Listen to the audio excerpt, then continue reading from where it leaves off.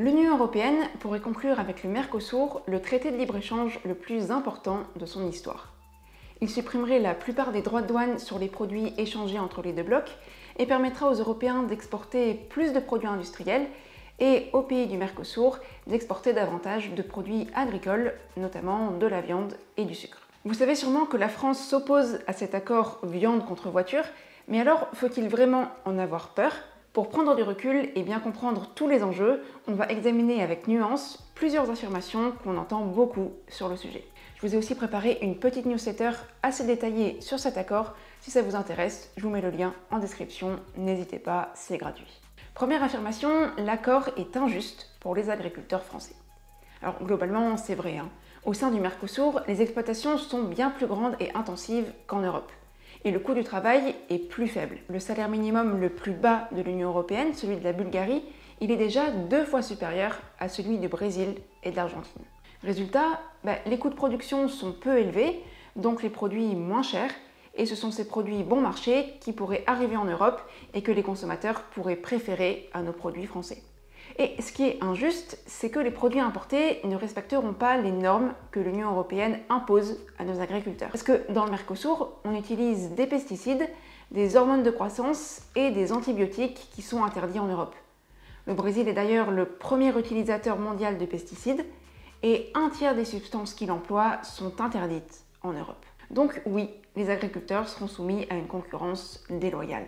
Deuxième affirmation, on sera inondé de produits agricoles issus du Mercosur. En fait, il faut bien savoir que les droits de douane y seront abaissés ou supprimés seulement sur un certain volume de produits importés, définis par des quotas. Et ces quotas, ils représentent à chaque fois moins de 2% de la production européenne. C'est la petite part que vous voyez en rouge sur ces camemberts. Les quotas de viande bovine, par exemple, ils équivalent à la moitié seulement de ce que l'Union européenne importe déjà du Mercosur. Soit, on a beaucoup entendu cette comparaison dans les médias, un steak par an et par européen. Mais attention, parfois, cette quantité, elle est suffisante pour déstabiliser les marchés. Par exemple, la moitié des 200 000 tonnes de viande bovine, ce seront des aloyaux, une partie du bœuf qui coûte cher et qui structure les prix. Et comme les aloyaux du Mercosur, ils sont moins chers, ils pourraient tirer les prix vers le bas. Donc non, l'UE ne sera pas submergée de produits du Mercosur, d'autant qu'elle va imposer des clauses de sauvegarde qui lui permettront de bloquer les importations si elles perturbent vraiment trop les marchés. En revanche, les importations supplémentaires, elles suffiront à fragiliser certains secteurs. Troisième affirmation, on va manger du bœuf aux hormones. Alors officiellement, l'UE veut éviter ça, en imposant des contrôles. Mais souvent, on laisse passer des produits qui ne respectent pas les normes européennes en matière de pesticides. Et comme seul l'Uruguay pratique une traçabilité des bêtes de la naissance à l'abattage, ce sera difficile d'assurer qu'elles ne contiennent pas d'hormones. La Commission européenne a elle-même affirmé qu'elle ne pouvait pas garantir qu'il n'y ait pas d'hormones de croissance œstradiol 17 bêta dans la viande importée du Brésil. Ce qui inquiète aussi, c'est qu'on pourrait consommer de la viande du Mercosur sans le savoir, car elle pourrait se retrouver dans des produits transformés, comme les nuggets ou les pizzas, pour lesquels la mention de l'origine des produits n'est pas obligatoire. Donc, va-t-on manger du bœuf aux hormones? En théorie, non. Dans les faits, on n'est sûr de rien.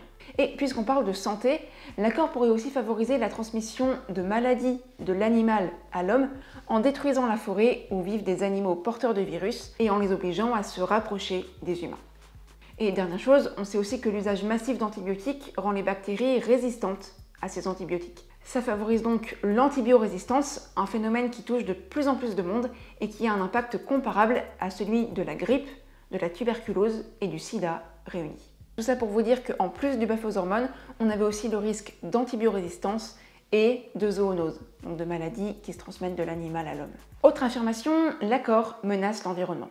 Alors oui, la première cause de déforestation en Amazonie, c'est pas l'industrie du papier ou la construction de villes, c'est l'élevage bovin, qui détruit la forêt par l'extension des élevages ou des cultures destinées à l'alimentation animale.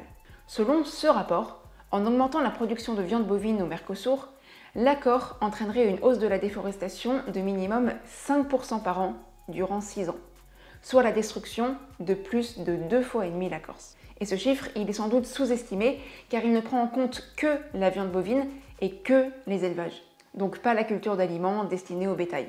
Et cette déforestation, elle entraînerait aussi des émissions de CO2, dont le coût serait d'ailleurs supérieur aux bénéfices économiques de l'accord. Et puis, l'accord aurait aussi d'autres impacts environnementaux, puisqu'il favoriserait aussi l'agriculture intensive, qui est plus compétitive, l'industrie chimique européenne, très polluante, et il inciterait les constructeurs automobiles en Europe à continuer à produire des véhicules thermiques, parce qu'ils seront interdits en Europe d'ici 2035, mais en revanche, ils trouveront un débouché intéressant au Mercosur, à l'entrée duquel ils seront exemptés des 35% de droits de douane qu'ils subissent actuellement. Donc oui, en l'état, l'accord menace clairement l'environnement. Alors, on a beaucoup entendu une autre affirmation, les clauses miroirs vont nous protéger. C'est des clauses qui permettent d'imposer aux produits importés les mêmes normes qu'aux produits européens. Problème, elles sont perçues par le Mercosur comme des exigences trop strictes, voire comme une forme d'impérialisme vert. Du coup, il n'est pas certain que la Commission européenne arrive à les imposer. D'autant que les négociations, elles sont menées par la délégation commerce de la Commission, la DG Trade, qui, en général, favorise la croissance des échanges à la protection de l'environnement. Et en plus, pour le Mercosur, l'UE est un petit client, donc il y a peu de chances qu'il se laisse imposer nos normes. Dernier petit élément sur le sujet, pour le moment, l'UE, elle a appliqué seulement 2 clauses miroirs. Et vous allez voir, c'est assez drôle. Il y en a une qui porte sur les œufs, qu'on importe très peu du Mercosur, et une qui interdit les parcs d'engraissement intensifs, ou feedlots, en Nouvelle-Zélande. Le truc, c'est qu'en Nouvelle-Zélande, il n'y a absolument aucun feedlot. Donc non, pour l'instant, les clauses miroirs ne rendront pas l'accord plus vertueux. On continue avec une autre affirmation, l'accord est une mauvaise idée pour la France, la preuve, tout le monde s'y oppose. Alors déjà, tout le monde n'est pas contre. Les industriels pourraient y gagner, tout comme les consommateurs, puisque en baissant le prix des produits importés, l'accord favoriserait leur pouvoir d'achat. Et puis, l'accord y bénéficiera aussi à une partie du secteur agricole, à savoir les producteurs de lait, de fromage et de vins et spiritueux, qui tirent des exportations 40% de leur chiffre d'affaires. Et puis, l'accord va aussi reconnaître 60 AOP françaises, comme le camembert ou les pruneaux d'Agen, ce qui fait que les producteurs du Mercosur ne pourront plus les copier. C'est quand même un sacré avantage. Puis, il faut bien voir que l'opposition au Mercosur, elle est aussi politique. Le gouvernement veut éviter que les agriculteurs ne manifestent, comme en janvier dernier, ou ne se tournent vers l'extrême droite. Quant aux syndicats agricoles, leur mécontentement, il ne se limite pas au sujet du Mercosur, il porte aussi sur les revenus, les normes, etc. Et ces syndicats, ils ont tout intérêt à protester plus fort que l'autre contre l'accord, car ils sont en concurrence pour les élections des chambres d'agriculture qui sont prévues en janvier. Bon, après, attention quand même à nuancer un peu les bénéfices de l'accord. Certes, il va profiter au secteur du vin et du lait, mais il va surtout profiter aux exploitations intensives et agro-industrielles, plus compétitives, et aux intermédiaires et aux distributeurs, peu nombreux et très puissants, qui pourraient s'arroger une large part des bénéfices obtenus. On peut aussi supposer que comme les vins et spiritueux sont surtout achetés par une clientèle aisée, donc peu sensible aux variations de prix, la baisse des droits de douane, donc des prix sur ces produits, va pas forcément entraîner une hausse massive de la consommation. Quoi qu'il en soit, même en France, l'accord ne fera pas que des perdants. On peut d'ailleurs citer le précédent du CETA, signé avec le Canada. Le Canada ne nous a pas du tout inondé de produits, il a seulement stabilisé ses exportations vers la France, mais nous, en revanche, on a augmenté nos exportations vers le Canada, de 33% en 6 ans et de près de 60% pour le fromage. Et puis, on peut aussi dire que si la France profite moins du libre-échange que ses voisins européens, c'est que son agriculture est plus diversifiée. Donc il y a plus de risques d'avoir des secteurs défavorisés par l'accord. Et c'est aussi qu'elle est moins compétitive que les autres pays d'Europe, notamment car les normes en France sont souvent plus nombreuses et exigeantes qu'ailleurs. Pour certains, c'est donc pas en refusant le libre-échange que l'agriculture française va retrouver la santé, mais en améliorant sa compétitivité, notamment en réduisant la lourdeur administrative. Alors, plus généralement, est-ce qu'il faudrait limiter le libre-échange ? L'UE, elle a conclu près de 70 accords de libre-échange avec une quarantaine de pays partenaires. Récemment, le Japon et la Nouvelle-Zélande en 2023. Alors, qu'est-ce qu'on peut en dire ? Quels ont été les résultats ? D'après un rapport de l'Assemblée nationale, environ un quart des accords de libre-échange n'ont pas amélioré le solde commercial de la France avec des pays signataires. Et certains ont même affaibli le secteur agricole du fait de l'arrivée de produits peu chers. En revanche, certains accords ont profité à la France et à l'Europe. Et surtout, beaucoup sont stratégiques. Par exemple, l'accord avec le Mercosur, il permettrait à l'UE de diversifier ses partenaires commerciaux, de s'affirmer face à la Chine, qui gagne des parts de marché en Amérique latine, de se fournir en métaux rares, comme le lithium, indispensable à la transition énergétique, et aussi de rebondir face à la politique protectionniste de Trump qui veut taxer de 10 à 20% les importations venues d'Europe. Enfin, l'accord serait un moyen pour l'Europe de diffuser ses normes environnementales à l'étranger si elle y arrive. Après, on peut noter qu'il n'y a aucune mention précise sur les métaux rares qui sont de toute façon raffinés en Chine dans leur grande majorité. Et surtout, l'UE, elle commerce déjà beaucoup avec le Mercosur, avec lequel, à part en 2022, on exporte plus qu'on importe. Vous le voyez ici. Donc si l'accord est rejeté, ça ne veut pas dire pour autant qu'on va arrêter les échanges avec le Mercosur.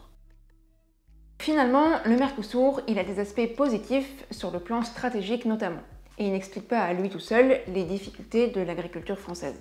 En revanche, en l'état, il reste peu satisfaisant sur le plan social, environnemental et sanitaire. L'Union européenne pourrait donc chercher à mettre en cohérence sa politique commerciale et sa politique écologique, en faisant des accords de libre-échange des moyens d'exporter ses exigences environnementales. Par exemple, l'économiste Stéphane Ambec y proposait de conditionner la baisse des droits de douane à des résultats tangibles dans la lutte contre la déforestation. Bon, vous voyez que la question elle est complexe, mais j'espère en tout cas qu'avec toutes ces infos, vous pourrez vous faire votre opinion. Si vous voulez d'autres vidéos du même genre qui éclairent l'actualité avec nuance, n'hésitez pas à vous abonner à Archipel. Allez voir les sources en description et n'hésitez pas à me soutenir en partageant la vidéo ou en laissant un petit commentaire.